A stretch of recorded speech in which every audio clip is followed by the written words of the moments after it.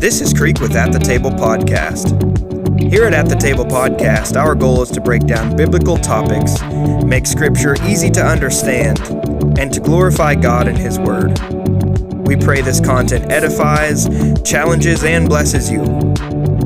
So without further ado, sit back and join us at the table.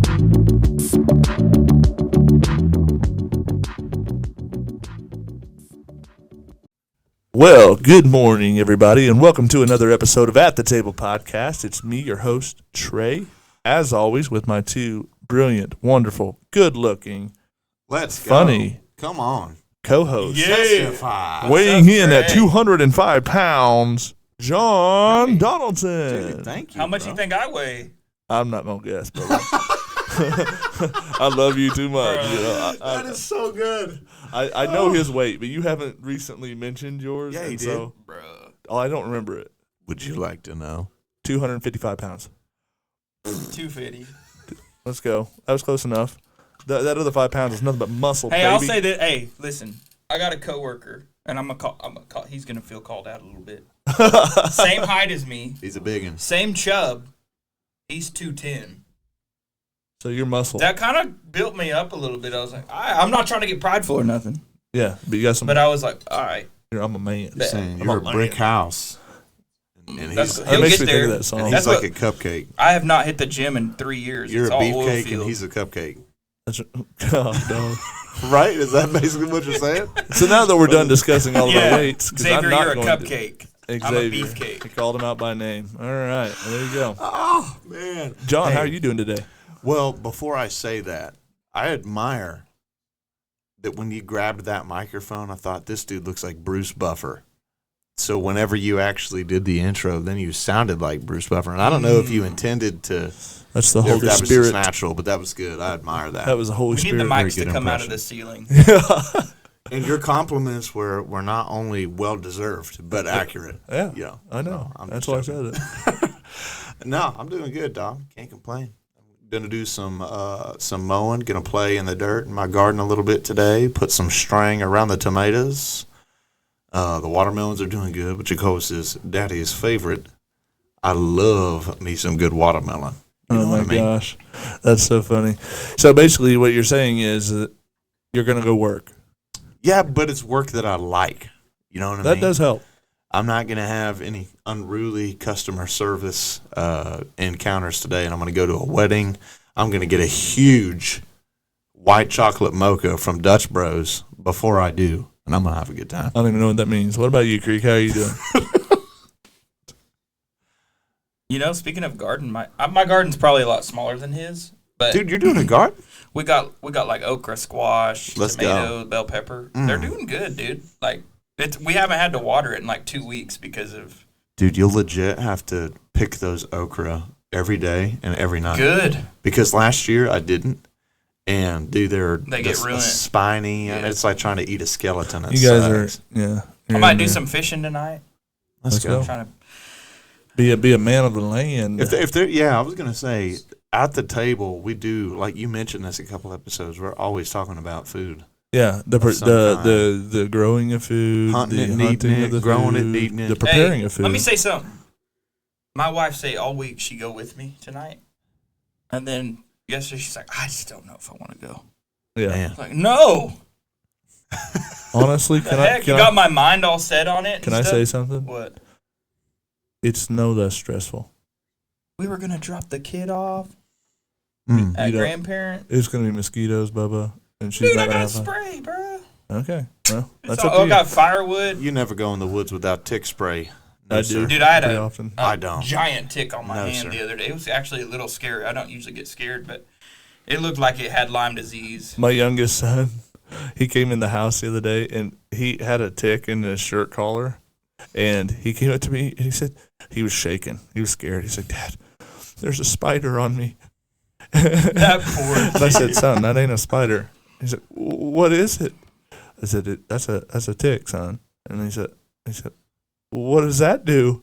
I'm like, I don't think I should tell you because I don't think it's going to make it any better on you. It sucks your blood. Did you get the thing off of it? Oh, yeah. And I killed it. Golly. Oh, hey, speaking of which, I have a story. So I got a haircut yesterday. I'm sitting in the chair. I got like 2 inches cut off of my hair. Of course, you two know that because you see it every week. But I'm sitting there getting my hair cut, and I'm thinking to myself, like, of all of the things that this long hair season of my life has got me called, and about things Absolutely. going according to plan. No, I have not actually been called that, and that's very regrettable. I've been Catholic Jesus, hippie often. Sometimes by people I don't even know. You know, hey hippie, Hey, peace, man. I don't even.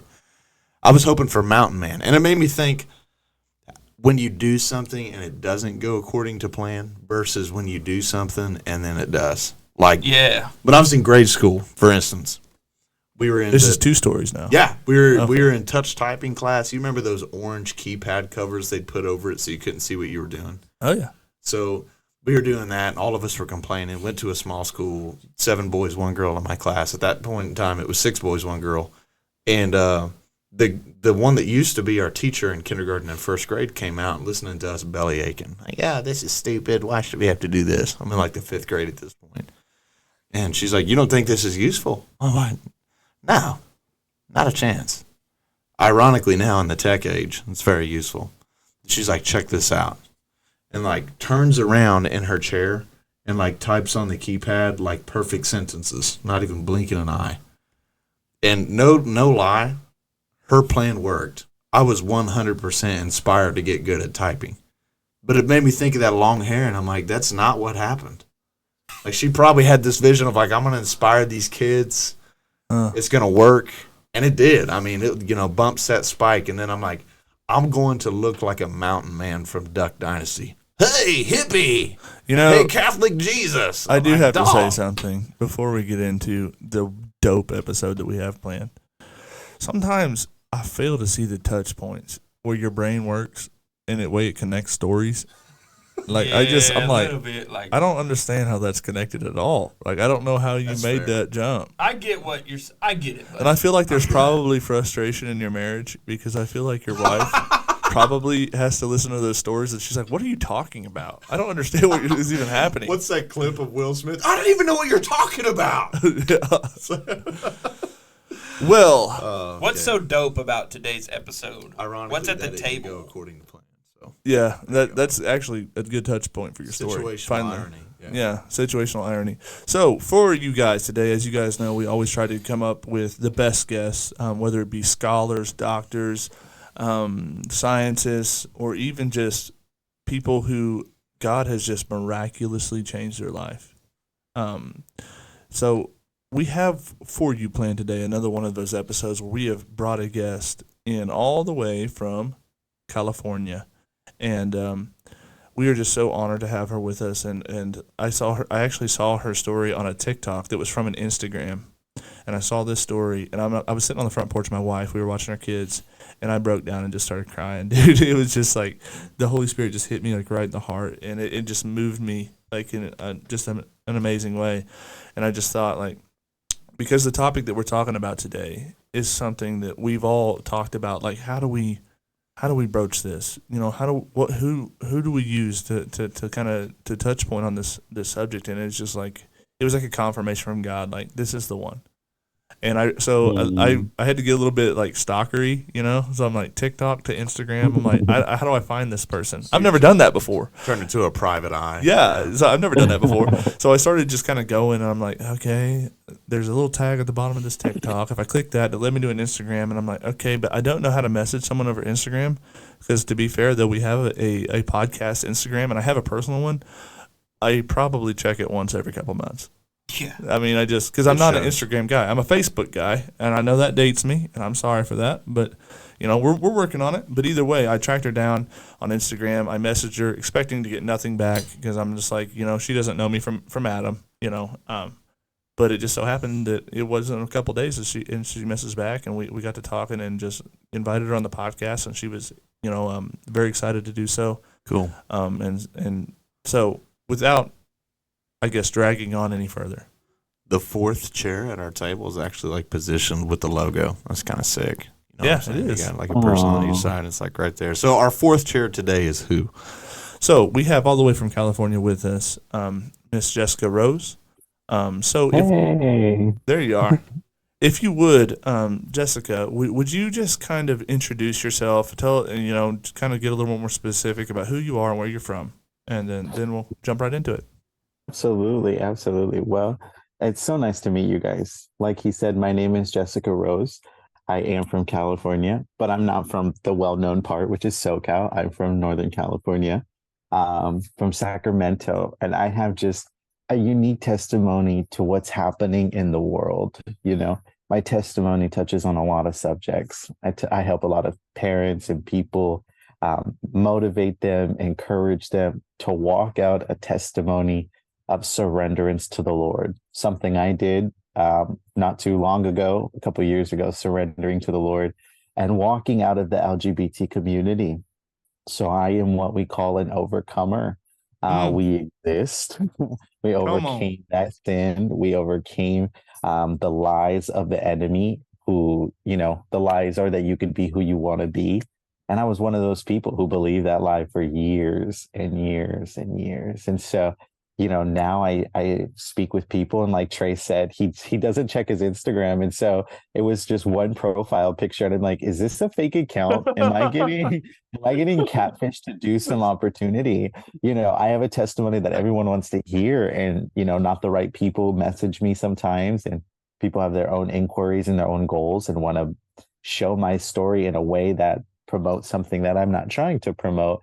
And so at first I was hesitant. I'm like, no pictures. I think I asked you, Trey, I was like, what's your podcast? How do I find it? Like, how do I, do research into who you guys are? Because I don't move out of step. I took this opportunity to my counselors. I let them know that I was going to be doing a podcast with you guys. And so, yeah, I'm excited to be here and just share to the type of people you guys connect with, right? I talked to Trey and I asked who the audience was. So I'm super excited to just be here and reach leaders, reach young people, reach men, right? Talking about the subject alone is difficult. And then to add it to talk to men who get uncomfortable, not saying you guys are uncomfortable, but men do get uncomfortable about the subject. But we are here to enlighten, right? I'm not here to judge how men were, men's opinions, men's jokes about the community. I'm not here to condemn or convict anyone, but I am so excited that you guys are open to taking the conversation and trying to give a male's perspective and hear my testimony, right? We together want to come alongside and have allies. So thank you guys for wanting to be allies with someone like me and with the overcomers, because I imagine that I won't be the only overcomer that you guys meet in your journey as you guys do this podcast. So I'm super excited to talk with you guys today and see what the Lord reveals, because each time I share is a different narrative. So I'm excited to see how God just flows with us today. I prayerfully, you're right. This is a subject. So she kind of broached in for our audience what we're going to be talking about today. And that's this cultural phenomenon that's happening in this day and time. And it's not unique to our day and time, right? This is something that's repeated, all through history. But it's the community that is known as the LGBT. I think, right? Yeah. I'm just going to say LGBT because I don't want to mess it up and sound disparaging. But like this cultural phenomenon that's going on where, and even like as it relates to the church, where it seems like we get divided like politically, and then we get divided like into our social groups, and the person on the other side is the enemy. And I guess that the goal for this podcast, at least in my heart, is I want to take the story of an overcomer who comes from this community, who has been, and lived the lifestyle inside of that community. And so not only is it a story of victory, it's a story of God's grace and His power to transform. Come on. But it's also, what it should do is it should light a fire underneath us to look at people on the other side of whatever aisle that it is and not see an enemy, but see a mission field. Yeah.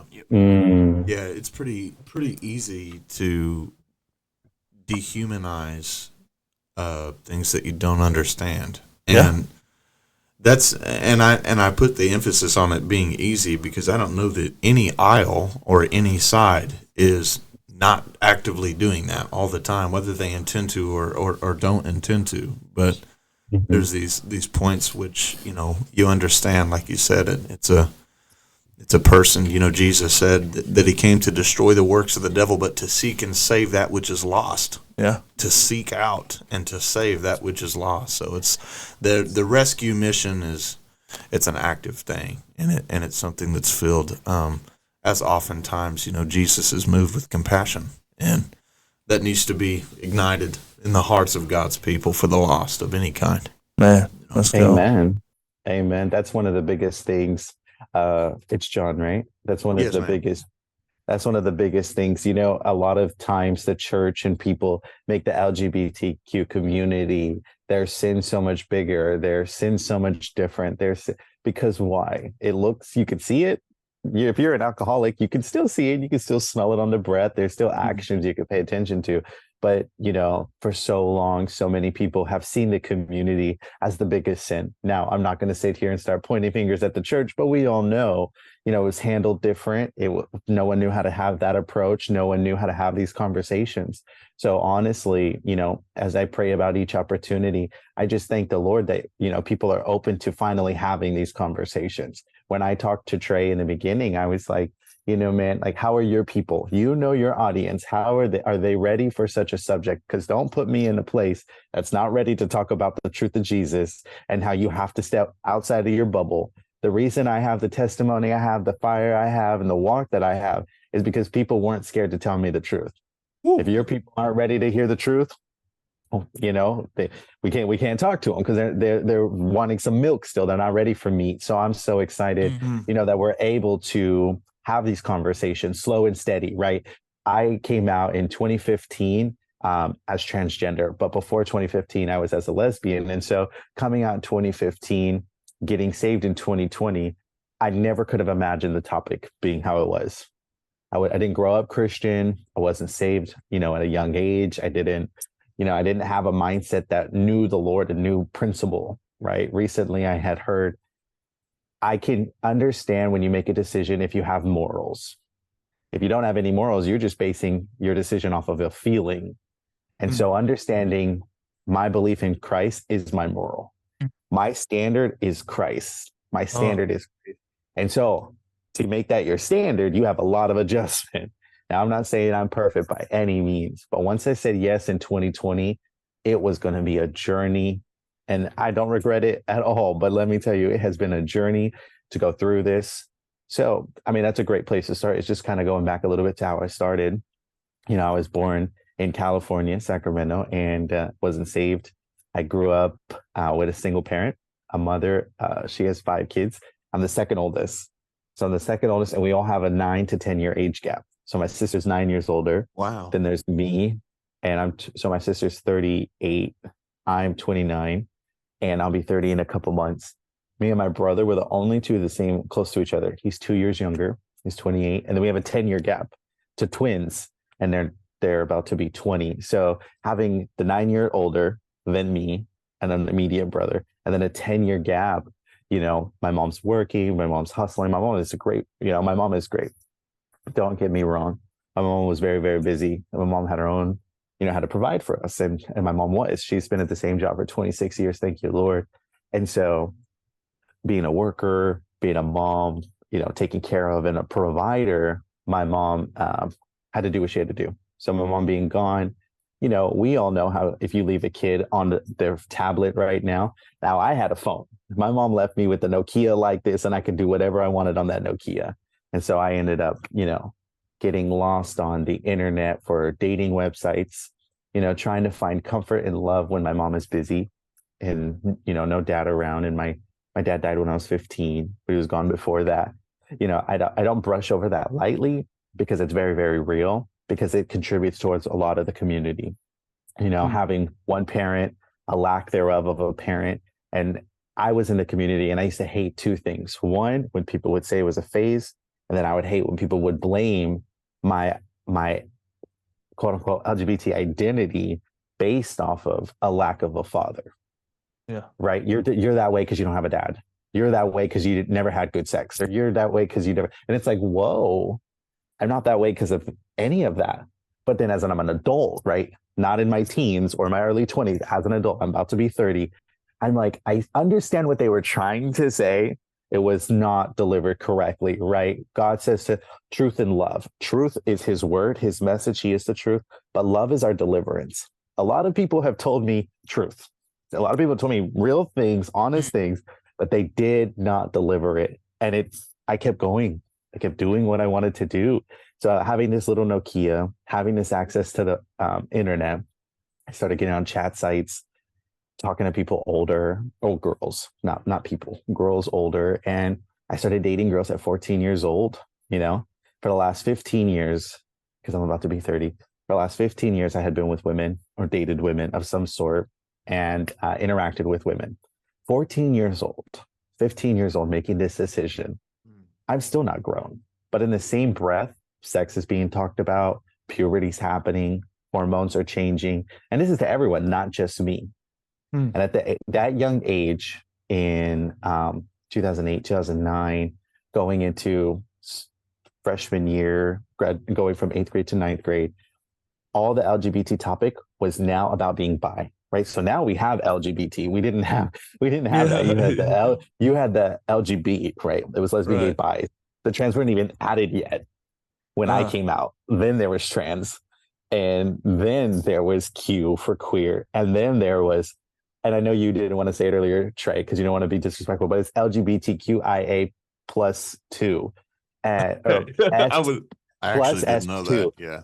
No, check it. It's because you can have any identity. Now they're like plus intersex, plus that's the I is intersex.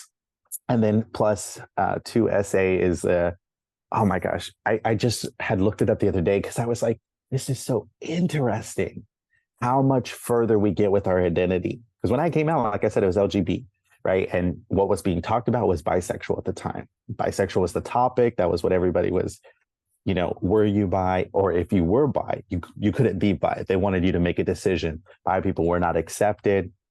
So I'm 14, 15 years old, and the word bi is going around.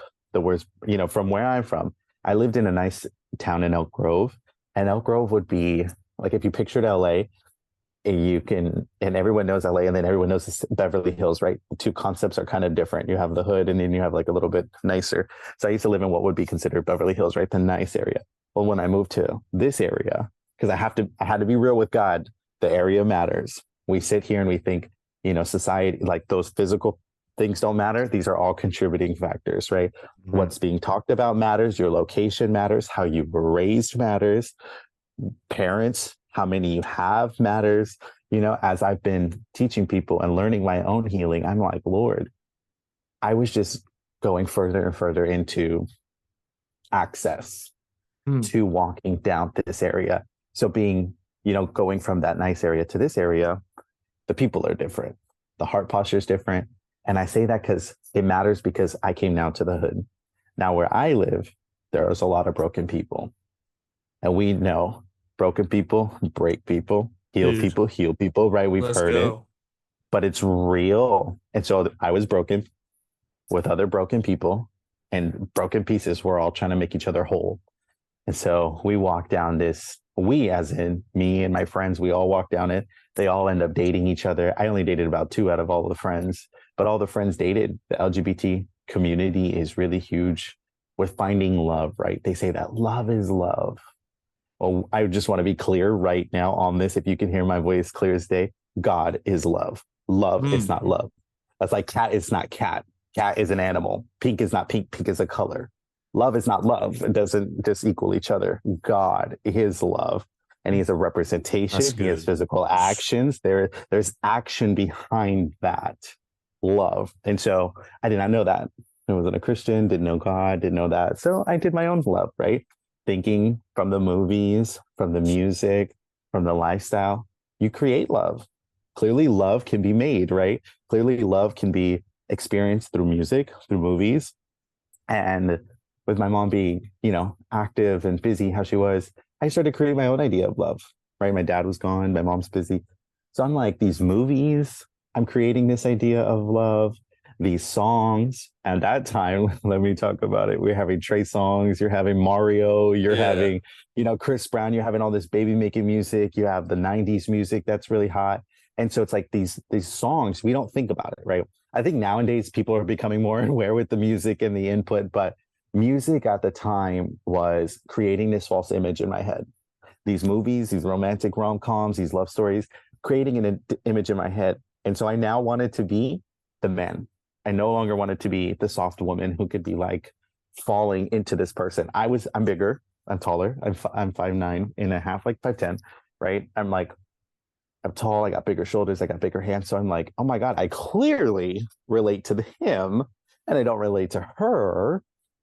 I play basketball, I'm active in my school, I'm dating girls now. And so it's like all these things are getting into my head, right? These are all contributing factors. In the same breath, I'm getting still bullied at school. And I'm getting bullied at school because I have to make a decision still. You can't be bi. You can't look and seem like a boy, but like girls. Like that's you can't just do that. So are you going to be a dyke and you're only going to like girls? Or are you going to be open to boys? I'm like, I don't want to, why do I have to make a decision, right? But this is a literal real thing. I have a friend who recently came back into my life and I talked to her about this. She goes, we didn't talk for 11 years. She goes, I didn't know that this was going to happen with your life. I said, do you remember when those people would make us make decisions? When those people would have us have conversations and was like, who are you? Those things matter. And she's like, oh my God, and in conversating with her, she's like, you take it so serious. How many times do our kids take things serious? If you tell them something right now, they're going to take you serious. Why? Because they trust your word. They trust what you're saying. But then you don't think about how other people are processing. If I tell you, Trey, I like your hat. And then I tell you, John, I like your hat. But Trey's like, wow, no one's told me my hat has looked nice. John's like, I get it all the time. This is my favorite baseball cap. But we're not processing how you two are both taking the compliment. Does that make sense? We both know I just gave you both a compliment, period. That's all we can actively think. But no one thinks about how it's processed.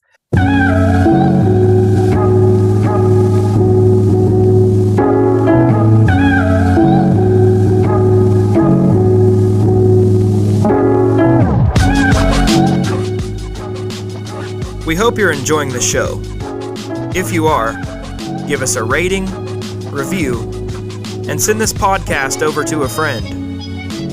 If you want to contact us, email us at thetablepodcastmail@gmail.com. You can also find us on YouTube, Facebook, and any other podcasting platform. Ask us about merch, recommend topics or interviews, or just tell us what you think of the episode. Thank you for listening. Now, let's get back into the show. And so that's what was happening to me. I'm at a young age hearing these things, but no one's knowing how I'm processing. No one's knowing that you making fun of me is making me continue to believe I am a boy. Well, you might as well go be a boy. Oh, you look like a boy anyways. Why are you wearing boy clothes? Oh my gosh, so this is all sinking in my head. I'm in boy clothes anyways. I act like a boy anyways. I'm with girls anyways. I might as well. So I'm 15 thinking these things, 16 thinking these things, 17 thinking these things. And so I'm still dating girls. I have long hair, but I'm contemplating this. So these are things that are real life happening. I graduate high school, still dating these girls. The day after I graduate high school, I moved to LA. And this is where things start to get interesting because when I moved to LA, I'm now exposed, right? Because I now went from the area I told you, Beverly Hills, to like now the ghetto. Now with the ghetto to now access though, right? So now I have the mindset of broken people. I now moved to LA with way more broken people, but access to so much. I don't know how much you guys can say on your thing, but I had access to porn. I had access to clubs. I had access to stores. I had access to movie theaters. I had access to the community. I had access to bars. I had access to alcohol. I had access to many women. That went down a hole. Now, when I share that I've come out, it's like we see the LGBT community. And like I said earlier, we say love is love. Everything I just mentioned was not love. Everything I mentioned was not love. I just told you about how much lust was there. I just told you how much pornography was there. I just told you how much alcohol was. I wasn't even 21, but I just told you about that. That's not love. Watching gay men say that they're in love, but then fight once they're drunk. Once seeing lesbians sit here and say, I love you, but then have a cat fight in front of you. And that's how they're expressing their love. I was in this. This is how I was a part of this. We did not love each other. We liked community. We liked being accepted, but we did not love. And so I went down this rabbit hole, creating this false idea of love and believing what the world tells you. And then now they say you can be who you want to be. And then the word transgender. Now we're in 2015. I'm about to be 21. I am 21 years old at this point. In 2015, 21, the term transgender has now only been out a few years. It's far and few in between. You couldn't, and what we have on Facebook and Instagram, all these to look up the word transgender wasn't around. You were YouTubing videos of transgender. You were looking it up that way, right? Around this time, there was only 3 surgeons in the United States at that time doing surgeries. So I'm just giving you these contexts because it was not as accessible as it is now. And this is we're not even in 2025, so it hasn't even fully been 10 years. But it was not as accessible. It was not an idea fully out there. Now, at this time, rights are being fought for. We're women's rights. We're wanting equality. We're wanting all of these things, but not understanding what we're now opening the door to. So now here I am, I'm 21. It's in 2015. I come back from LA, come back from nursing school. I was in a bunch of stuff down there, right? I just told you all the sin I was in the middle of. I move up here with a girlfriend. And this is the start of the main testimony of my life. I'm up here and I take a sexual orientation class in college. So just take a couple college courses. And in that class, I learned the word transgender. This is what's happening in the world, Trey. So many people are learning the word. And once it's like a diagnosis, oh my gosh, how many people have you met that have seen an ADHD video description and all of a sudden tell themselves that they have ADHD? Yeah. Have you not seen it? Yeah. Or people are like watching videos and it's describing anxiety and they're like, oh, that's me. Yeah. This is that. I heard the word transgender. Trans means to change. Gender is your gender, right? How you're born. Transgender, to change your gender. And it literally, I remember the lady, she literally describes the word. She goes, it's when your head and your body don't align. My head, I look like a boy. I sound like a boy. I might as well be a boy, right? I've been bullied my whole life telling me a boy. My body looks like a girl. I had a chest. I had curves. I had all this stuff. No. Oh my gosh, they're not the same. There's a word to change it, to make it the same. So there's dysmorphia and dysphoria. Dysphoria is when Trey, you guys were talking about the weight, right? Or Creek, you were saying, okay, you're 250 and your friend's 210, but y'all look the same, right? Dysmorphia is in your head where you look 110. You're looking at yourself, you're like, I am 110. I know I look 110. Yeah, and Trey's like, bruh, you not 110 there, brother. You a little bit bigger, right? And Trey's like, no, you're not. And so the dysmorphia is in your head. You don't see the alignment. So it could be with weight, it could be with gender, it could be with hair, right? People think that you look like a Jesus over there, right? Hippie. But in reality, that's just your long hair. That's who you are. But in your head, you don't see it, but that's what they see. Dysmorphia. Dysphoria is the disconnect with specifically the body. And then you have transgender, which is to take action. So the dysmorphia is the head thing. Dysphoria is what you see. And trans is to completely change it. So it's taking action steps behind it. So I'm learning all these words, learning these terms, and I found out you could change. I'm like, oh my gosh, I can change. I have been told I was a boy. I literally was dating that girl from LA. We were in the same class. I turned around and I was like, that's me. That's how, that quick. I read the word, I took the identity, and literally this was on a Thursday. Saturday, I cut my hair. Wow. That quick. That's insane. And then it went so quick. I heard but how quick are people doing that? How quick are little kids saying, this is who I am? And if my mom isn't on board and doesn't call me Tom, then I'm going to just go kill myself. And I don't mean to be so vulgar on your thing, but that is exactly how I hear it and how I mentor. Parents are like, I don't know. They just told me to start calling me this name and that they're feeling suicidal. And I don't want them to kill themselves. They're 12 years old. They're 13 years old. And I'm like, oh, my heart is aching because I was at this time 21. right? I'm grown. I can smoke. I can drink, right? I can do what I want. I can't rent a car, but I can do most things at 21 years old. So I'm grown to make this decision. And it's sad that 12, 13, I'm going to cry, 14 years old who don't know just how beautiful that they are, that they create this and grab this word and like, no, no, no. And I just, any opportunity I can, I'm like, honey, puberty is, you're going to get through this. You're not always going to stay fat. You're not always going to stay ugly. You're not always going to have acne. You're not always going to have this hairline. Your hair is going to grow in. Like, people don't think of these things. You see your kids and you're like, you joke with them. And, you know, my mom would always be like, wipe your boogers. But it's like, Mom, it's okay that I can be soft. It's okay that I can cry. And you don't think about how your comments contribute towards things. And you're like, well, why are you dressing like that? You look like a girl. You don't know what that does. And we don't think about our actions. We don't think about our words away from transgender and away from the gender thing. It's in general. Do you tell your son, good, you did good, boy. Thank you for helping take the trash out. Are you helping encouraging masculinity? And if you don't know masculinity, look it up biblically.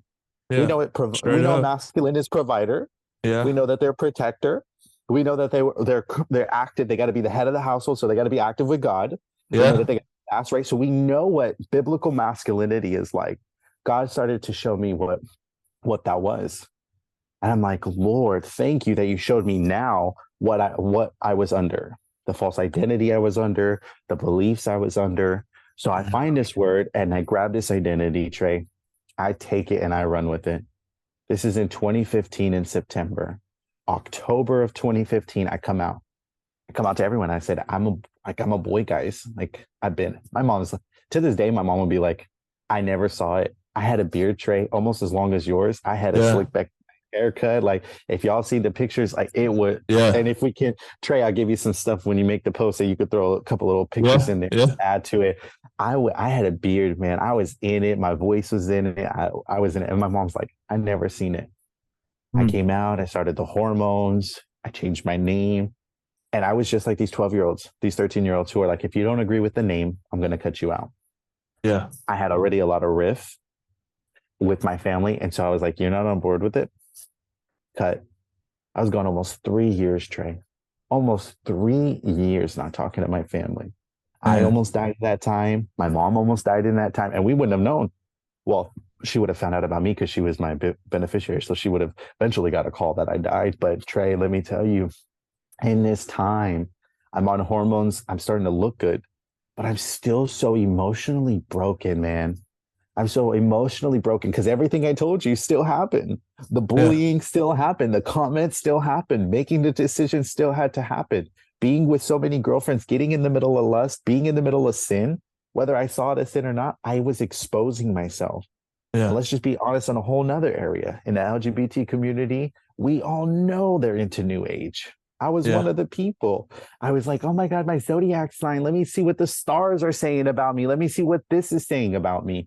Finding your identity in all these false things, man. We don't realize what we're exposing ourselves to.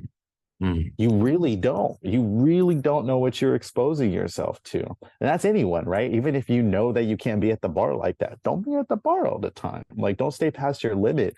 Well, we are in this place and we are staying way past our limit. We are, you're full of lust. You go to the clubs in the community, there's sex everywhere with multiple people. It's not even just you. And at the time, I'm like, oh, this is so much fun, right? I'm in the community. And then when you step out of it, you're like, oh my gosh, the lust, the door that you open to the enemy. And we did it. I did it for years and years and years. And so now 21, adding all that trauma, coming up with my own solution, I was like, I'll just be a boy. Yeah. Right. I create this whole new identity. And now I run from all that stuff. All the things I just described to you, all the sex, the porn, all that. Now I turn from it because now I'm a man. And now I have a clean slate. Check it, Trey. I now tell everyone I'm like a virgin now as a man. You see how false that identity is? I take on a whole new now sexual identity. That doesn't happen. That's not, I mean, you get spiritually clear and clean. Don't get me wrong. Hear my heart. But you don't just get to go because you now switch your gender to go be like, I'm a virgin. You don't take away your body count, your pain. What I'm trying to say is your pain is still your pain. Yeah. The things still happen to you. Even though you create new identity and you're like, call me this name, it doesn't take away from all the pain that I had as Jessica. Even though I lived as a man for 7 years, Trey, with a beard, presenting, cut off from my face, I was in this, Trey, for 7 years. It still didn't take away all that happened to Jessica. Little Jessica that got hurt, little Jessica that got bullied, little Jessica that felt that insecure. It didn't take away from any of it. I was the same person, but I just chose to look with different goggles, man. And it hurt me. It hurt me so bad. Because even though I looked good, I was so broken. Yeah. And so here I am now at 21 doing that. At 25, I find the Lord, Trey. At 25, I find the Lord because of suicide attempt, man. I try to take my life. You know, we know the LGBT community is high with suicide attempts. Let me talk to you about this for a second. There's two things. There's attempts and there's suicidal thoughts, man. Suicidal thoughts, we all have them. Damn, that was a hard day. How do I come up with the finances that are about to come? Lord, I need you. I just take this from me. We say those things, Trey. We say thoughts, right? Lord, I don't even want to be here. You take care of it. But then there's actions. Yeah. When you actually get to the point of brokenness, when you actually get to the point of taking steps to take your life, it's no longer a thought. It's no longer an idea. It's no longer a hypothetical. Because there are people who have suicide attempts. And I had a suicide attempt, Trey, and it changed everything in my life because I swallowed a lot of pills, man. And I was sitting in my car by myself waiting to die, Trey. Waiting, texting people like normal, not talking to my family, literally waiting to die. That's incredible. You know, something that just keeps coming up in what you're talking about is identity, and I'm reminded of a verse that says that so as a man thinks that he is that which he is. You know, and it's like when you latch on to something like that and you internalize that for all intents and purposes becomes what you are. So that can be with positive and that can be with negative. So if you grab a hold of something negative, you know, and you gravitate towards that and you internalize that, you know, then the outcome is negative. Absolutely, Trey. It just reminds me of just like how important it is that we renew our minds, you know, like in Christ, and like we latch on to Him for identity. Like you decide who I am and what I'm worth and what I will be, and there's a trust level in that. But like you said, you know, and this is a theme that I run into quite a bit with like in ministry, but it's like a lot of times it comes from a parent. You know, and I think about that, like, because I have 5 children, you know, that I'm trying to raise up in the way that they should go before the Lord. But, like, the importance of establishing in them, like, you are a child of God. You have been given to me, and I'm going to steward that, but to root them firmly in that. Because if you don't, the world will tell them what they are or what they can be. And it just... Yep. It just reminds me, you said you lost your dad and he wasn't in the picture. It's like, what kind of difference would that have made if you had a godly man who was there to say just like, hey, I know that you're struggling right now, but you're going to get past this. Yeah. This is not permanent. This is not, you know, that's not who you are. What they're saying about you isn't who you are, you know, and that just makes all the difference. Well, I mean, you think even practically about that, like, you know, I mean, I hurt for you because I don't yet have any children of my own, but just practically speaking, like if I'm going to be affirmed in my identity as a handsome man, I don't want to be called handsome by another dude. Yeah. You know what I mean? But if your mom's like, that's my handsome little boy, then in a way it affirms that. So in the opposite, the inverse of that is true too. Like if you're a little girl, how much more does it mean to come from the male in your life that says, you're my beautiful baby girl, that's not who you are, you know? And if you don't have that voice present to be the sheepdog, right, to fend off the wolves, then that's painful. Yeah. I know it seems very obvious right now, but I think it's a really cool reminder of, like, the fact that people who identify with the LGBT community, it's there seems to be just a lot of hurt and baggage. Trauma. And, you know, I think it's really unfortunate, like, oftentimes you know, not to dog on the church like she was saying, but it's really, it seems to be a common theme that people will just dog on people. Add trauma to trauma. Right. Well, and that's so unfortunate because you're right that it's just, there's a lot of baggage and trauma involved in this. It's not a malicious thing, like it from their perspective. It's not something that just they don't want to just do this for whatever. It's deception and trauma. Like, Oh, absolutely. And I definitely want to hear where you've left off, because you got me on the edge of my seat waiting to hear what's going to happen. But it speaks to me in a way, like, even though I don't yet have my own children, like the saying that it takes a village to raise a child, like how important it is for the other males that are attached to the family unit. Because even if a father's present, it doesn't mean he's perfect. And we owe it to each other to watch each other's back and to be there to speak those words over each other's children too. Because if all of the men are gone, like if every one of them in the family is not present to pick up any slack, then it's what's that verse? I think Jesus says, a man cannot come into the house and take the goods unless he first binds the strong man. Right? There's something to be said about, like, even just physically speaking, I'm not as big as these two, but I'm 6'2", 206 pounds. So if you want to come into my house to do anything to my family, you're going to be taken into account. You're going to have to tango with me first, and anything that I may have inside this house, just on a practical level, but on a spiritual level, how it's important to be like, I'm not going to allow there's a priest here. There's a pastor here. Exactly. Yeah. The word of the Lord is actively here. You're not going to be able to come replace that in my home on my watch.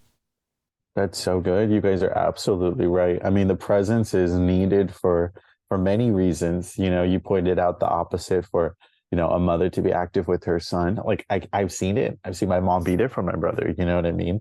And encourage him, because even though she said the same thing to him, she said to me, the roles of what you're saying are actually so active. And I've seen that firsthand. And, my sister, though, was raised different than I was, right? Because, my mom having my older sister before me was a different time in her life. And then having me was a different time than when she had my younger sister. So my younger sister, though, was hecka tough. Well, my sister is so tough. She will fight anybody. I'm not. I'm the middle one who, when my mom was in her 20s, had me. And so I'm softer. I'm a little bit more tender. I mean, I'm in the middle. Like, how do I do this, And so the roles matter. Having people to just encourage your identity matter. When you have kids and speaking into who they are, what do you say? You're a little bad butt, you're a little crazy self, you're a little, we say terms and you don't think about those, but that speaks to their identity. Trey, you had pointed it out. You're like, it is all about identity. It is all about identity. Your words matter. It says there's power of life and death in the tongue. It says raise them up in these ways and they will not depart from them. Are we even thinking about our tongue? Are we even raising them up of godly ways? How are we navigating it? And that's what contributed towards when my life changed. And what happened was, I'm doing this, without guidance and understanding of biblical context. So men of God weren't around. It wasn't what I had seen. And then you're talking about these male roles matter. Well, going into the part, I transitioned because I wanted to be the big brother we didn't have. The next one was under me. He was my younger brother, right? And so now he's the oldest brother because I've clearly detransitioned and let him step into that. But I was like, I'm going to be the big brother we never had. I'm going to be the wisest one. I'm going to get my family out of poverty. I'm going to I'm taking on these things, right? We're talking about the protector, the provider. I'm trying to do this. I'm trying to be what we didn't see and what wasn't around, and also contributing to everything I already shared in my personal life. So imagine as a parent, she didn't know anything of everything I just shared with you. So she didn't know my insecurities. She didn't know what was happening with the women. She didn't know all of these things. She saw some girlfriends. That's it. She saw some colored hair. She saw some piercings. She saw some tattoos, but the tattoos were expression because I was seeking, seeking my own validation, and the tattoos helped with me, which was a door of open sin, right? The women were filling a hole, a gap of love, not because I actually wanted these girlfriends. I wanted love. Does that make sense? So on the outside, we see it from my mom's perspective and also the church. It's like, what are you doing? Why can't you just stop laying with a girl? It's not like that. When you don't see it as I'm just laying with a girl, and you see it as I'm finding love, and you see it as in I'm getting affirmation, and you see it as I'm getting attention. Like Creek said, he's like, there's so much brokenness to it rather than just trying to do it out of spite of like, oh, I'm gonna just kiss a girl in front of you to piss you off. No, I really think I'm a boy. So I really think that I look cute with my girlfriend. And you see the delusion. So I had girlfriends this whole time, but this whole time because I thought I was a boy. Well, here I am on this journey. I'm at the suicide attempt. I'm married at this point. I'm married to someone 15 years older than me, Trey. I'm 23. Oh, sorry. I said 25. I meant to say 23.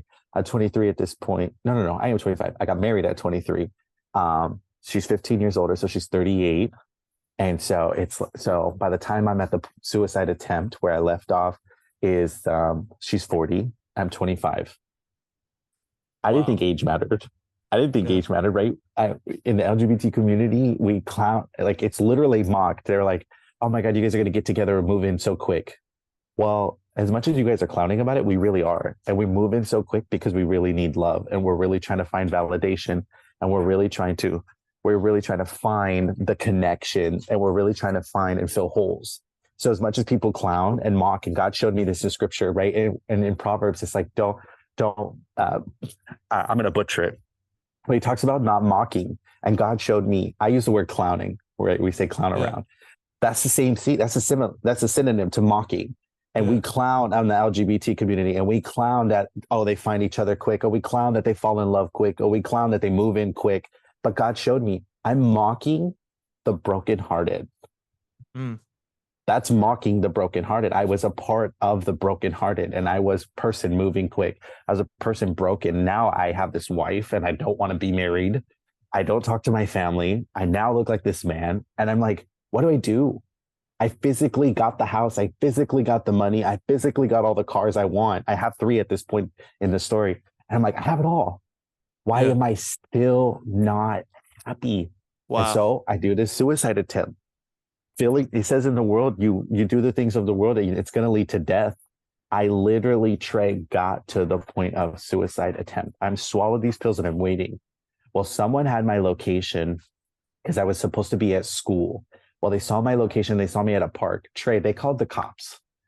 I still to this day don't know what led them to calling the cops, because I never had it in me to ask, like, why did you call? Clearly it was a God moment. And clearly I see that it was the Lord, and 100%. I didn't know the Lord. So having someone like I'm in this attempt, Trey, and then I just get this knock on my window. I'm sitting in my car and I'm like, it's the police. Can I tell you that was the biggest shocker? It's illegal to attempt suicide in public. It's illegal to try to do that. I didn't know that in California. Like, I was doing my own thing. Yeah, I was just trying to do my thing, and I was texting Trey people like normal, man. And when the cops come, it's a 5150 hold, and if you don't know what that is, it's a 72 hour left with your thoughts, Trey. And I'm identified as trans, so they don't put me with men and they don't put me with women. They put me in a disabled 1 unit, just one. So I got my own bed, I got my own shower, I got my own thing, and it's just like a fancy prison. And God does things that get you isolated into a point to know that you need him and that he's real. As he met people in the prisons then, he met me in my cell now. Amen. And I'm like, wow, Lord. And at this moment, I'm, like I told you, I was into the Stones. In this exact moment, I wasn't thinking of Jesus. I was literally thinking, I'm meant to be here for a reason. Yeah. My attempt did not happen. What is this? There's clearly a higher power. Now, I wasn't stupid and I wasn't saying the universe in this exact moment, but I for sure was like, I have the notebook too. I'm clearly supposed to be here. There's a reason I'm meant to be here. Why am I supposed to be alive? Why did it not work? Trey, when you try to take your life and it doesn't work, like I got to the broken of the broken, Trey. Yeah. Like this isn't a thought. This isn't, I'm going to talk to you, do this podcast, tell you, hey, I'm thinking about ending my life, and then just go do whatever. I got off of what I was doing. I swallowed these. I sat there waiting, Trey, and it doesn't work. I planned that I was literally no longer going to be here. My wife was officially going to read this note and know what my thoughts were. And it doesn't work. I got to the point of brokenness, Trey. I'm in this cell. I'm sitting there. Okay, I'm meant to be here. But now I have a bounce back. I got to tell, they make you go through therapy while you're there for the couple of days. And then they lead you with therapy after. And then they gave me a bunch of medications, Trey. I was drugged up like a zombie. But how quick do we see that for the LGBT community? Man. Anyways, the second they feel away, here's an anti-anxiety. Here, I was on antidepressants, Trey. I was on antipsychotics. I was on anti-anxieties. I was on all these medications that zombified me. So now there's these 3 powerful months. There's the attempt, the time in between, and that leads to my salvation. Well, in these 3 months, I'm trying to do what I can. I'm trying to figure out, now I'm supposed to be here. Now I didn't die. God, what am I supposed to do? What is supposed to happen? I wasn't prepared for this. Yeah. When you go and you're not thinking about anything, I messed up my credit. I didn't care for car payments. You know what I'm saying? Literally prepared. I'm not going to be here. And the LGBT, they do that. Like the suicide attempts, the suicide thoughts, there's a lack of caring, but there's a lack of caring because there's a lack of value. And there's a lack of value because there's a lack of identity. And there's a lack of identity because there's brokenness. And the brokenness was caused because of trauma. So Creek, you're right. It is a lot of trauma based for this community, man. And we don't want to admit it. We hate hearing it's a phase. We hate hearing it. There's a reason. We hate that it's because of a lack of this or that. We don't want to put that. And I'm speaking from the community. I'm not speaking I now know it. Everybody feels that way, but from the community, I hated that. I hate feeling related to that way. And so now, Trey, I get to this point of this attempt. My life is back. Here I go 3 months on my bounce back, and I get a new job. This is the turning point of the testimony, Trey. I start this new job, and the guy doesn't tell me he's a pastor. I'm there for 2 weeks. He's getting to know me. He's hearing my story. And then he's like, so, I just want to tell you that there is a God that loves you, that God loves you. I know you're not talking to your family right now. And I know you had a bounce back. Like this is your bounce back. But I want to tell you that God loves you. You just got to accept him in your heart. Do you want to accept him into your heart, Trey? Do you hear that sentence so simple, that sentence not convicting, that sentence not coming from my past, but letting me know that there's a love? Yeah. And I accepted that love. That's simple. The sharing the gospel is that. Sometimes we're so scared that we're going to get it wrong. Do we got to say the right thing? Is it going to be impactful? Is it going to lead millions? Sometimes it's not about that. It's just what God tells you to say. And I needed to know that I was loved. And I accepted him in my heart, Trey. And I look like a man at this point, and I didn't stop hormones or nothing. And so now I start to be a Christian as a trans man. No one knows. No one knows I'm trans. Everyone thinks I look like a man. They see the fire on my life. I grab it. I'm excited to now be alive, right? So I felt like a chicken without a head, like for those 3 months, like, hold on, it didn't work, but why didn't it work? Am I supposed to, what's my purpose now? And now I find the Lord. Hi, baby, I'll be right there. Now I find the Lord, and I'm like, wow, Jesus, like you're so real. And I grabbed on. So they saw that fire. You could even look back on my TikTok that I had it was under Aiden's mobile ministry, but I think I changed it to Jess's mobile ministry. So if you find it, you can see that I'm like okay, I'm an advocate. I'm now trying to combine the LGBT community and Christianity because the fire was there. The Lord was present. He was on my life. People could see that he was on my life. But let me tell you, this is what changed everything, Trey, was the calling was there. The identity was still getting worked out. Woo. Oh, come on. Yeah. That's good. It was so powerful because I felt the calling. I'm like, I'm meant to lead. I know I'm a talker. I know I got this fire. I remember the word. I want to tell people about it. Well, I let him continue to work on that calling. I kept pursuing the calling, not thinking about the trans part, just thinking about the calling.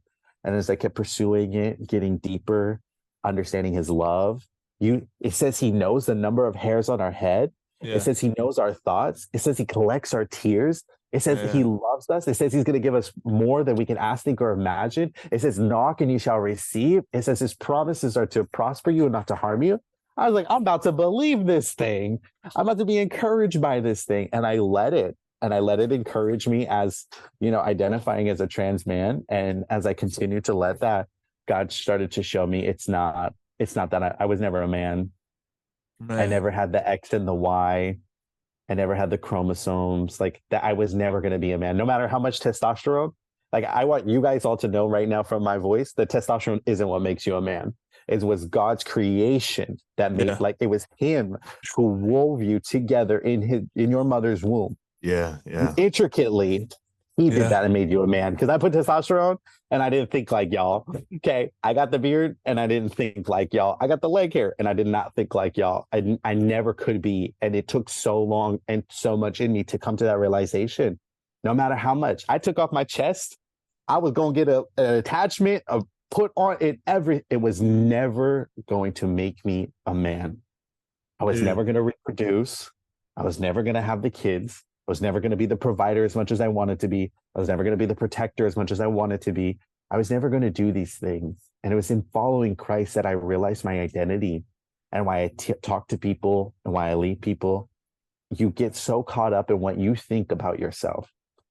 Just be curious about what God thinks about you. That's good.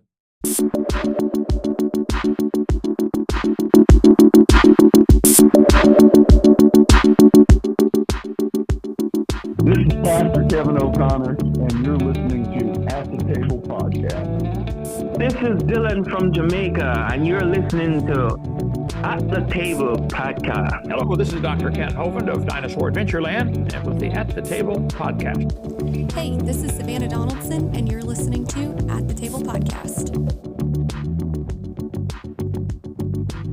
Thank you for joining us for another episode of At the Table Podcast. We hope it blessed you, and we hope it taught you something. Until next time, thank you so much, and God bless.